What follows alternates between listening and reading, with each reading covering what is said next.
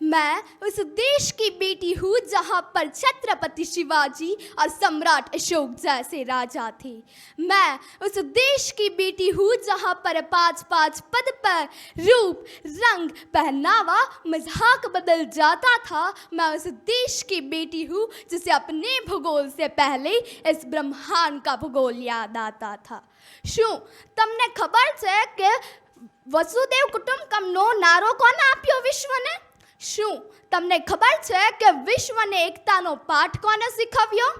શું તમને ખબર છે કે જવાહરલાલ નહેરુ કયા દેશના પહેલા વડાપ્રધાન હતા?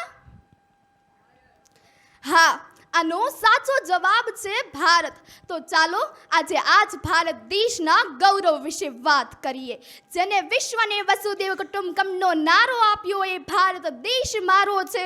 જેને પોતાના મિત્રના પગ ધોઈને તેના પગનું પાણી પીધું ને એવા શ્રી કૃષ્ણ ભગવાન પણ ભારતીય છે. જેને આપણા વચ્ચે સાઉથ આફ્રિકા દેશને આઝાદી મેળવવામાં મદદ કરીને એવા ગાંધી બાપુ પણ ભારતીય છે. આજે ભારતીય સંસ્કૃતિ દેશ વિદેશમાં એટલી પ્રસિદ્ધ છે કે લોકો તેના ગુણગાન કરતા થાકતા નથી અને ભારતીય લોકો પોતાના જ્ઞાન વડે દેશભરમાં ડંકા વગાડી રહ્યા છે.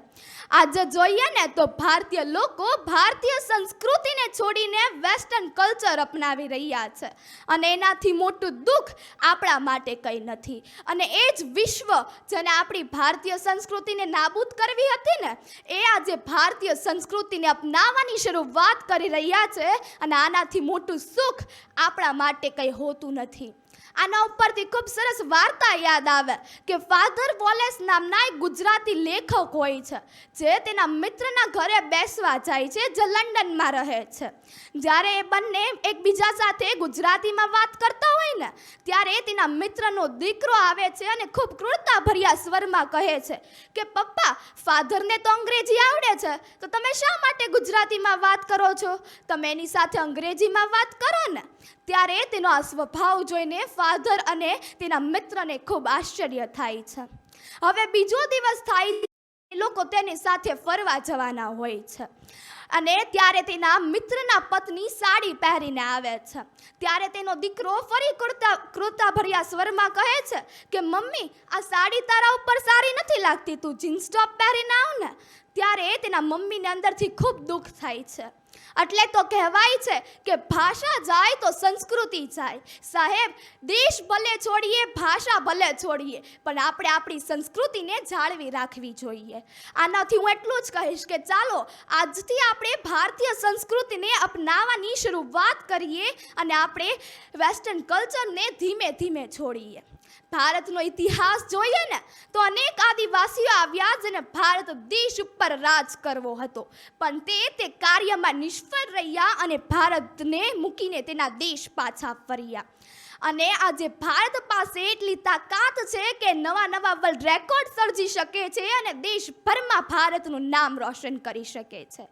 અને એનું સૌથી શ્રેષ્ઠ ઉદાહરણ લઈએ ને તો નરેન્દ્ર મોદી, જેને બે દેશ વચ્ચે થતા યુદ્ધને રોકીને ભારતીય વિદ્યાર્થીઓને બહાર કાઢ્યા અને આપણા દેશ પાછા મોકલ્યા.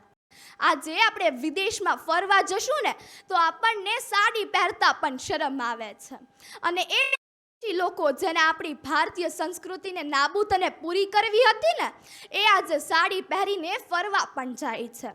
આના ઉપરથી ખૂબ સરસ કાવ્ય યાદ આવે છે કે જ્યાં જ્યાં વસે એક ગુજરાતી ત્યાં ત્યાં સદા કાળ ગુજરાત, જ્યાં જ્યાં બોલાતી ગુજરાતી ત્યાં ત્યાં ગુર્જરની મોહલાત, ઉત્તર દક્ષિણ પૂર્વ પશ્ચિમ જ્યાં જ્યાં ગુર્જરની મોહલાત, સૂર્યતના કિરણો દોડે સૂર્યતનો પ્રકાશ. અને હા, જ્યાં જ્યાં વસે એક ગુજરાતી ત્યાં ત્યાં સદા કાળ ગુજરાત.